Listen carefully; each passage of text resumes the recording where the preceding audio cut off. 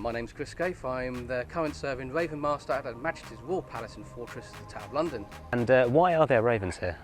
There is a legend. Should the ravens leave the tower, it will crumble into dust and a great harm will befall the kingdom. And how did they get here in the first place? They were just wild birds. Yeah, of course. There were thousands upon thousands of wild birds, ravens, in and around London at the time. Of course, London's sanitation was really, really bad.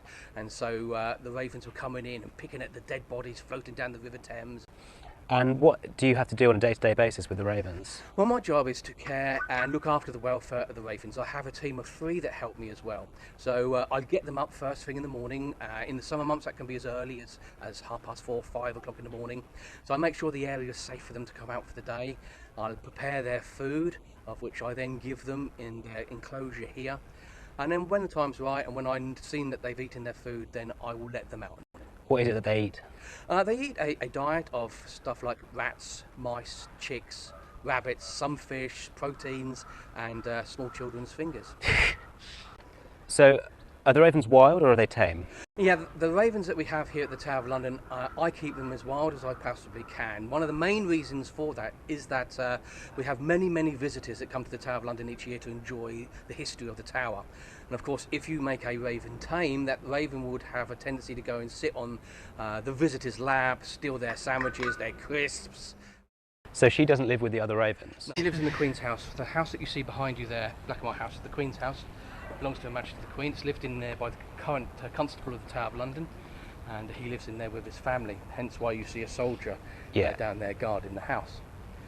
But if you look down towards that green door that you see there, you'll see a ladder going up into a window, and that is where Melina lives, in that area there. Hello, Kel. Hello, Kel. Hello. If you don't see many people come down this way, this is her quiet sanctity area. This is where she likes to come and hide away from everything and get herself together for the day. She makes bird sounds. Of course, she's a bird, but she makes other bird sounds as well. So she makes the sound of a crow. Although they're the same family, when she's getting a little bit bored, in the morning time, she'll make the sound of a crow to invite the crow to come down and play with her. And that's what she does. She can pick up all sorts of sounds, and if you go onto any social media sites, you'll hear ravens picking up sounds of washing machines and cars and all sorts of stuff in their environment that they're in. Yeah. But I don't encourage them to speak human here. Yeah. There she's up there. She's out and about, and sometimes she's on the rooftop. So if you do come to the Tower of London, you've got to come here and you've got to hunt for them. They are in and around. They are free to move around the tower wherever they choose to go. I don't specifically keep them to one area. So when you come here, of course, go down to the interpretation of the ravens cages that we have, but also look around the tower and look for the ravens. They are around, and we have 7 of them here. Yeah, and there's always been 7? You said 6 before. Well, it's kind of varied throughout the years, really. Yeah. And just after the Second World War, when we was down to very, very few ravens, by the 1950s we'd actually picked up to 6, and 6 was a royal decree. So legend says that the number that we should have, of course, we have 7 ravens here, because I have a spare one, just in case.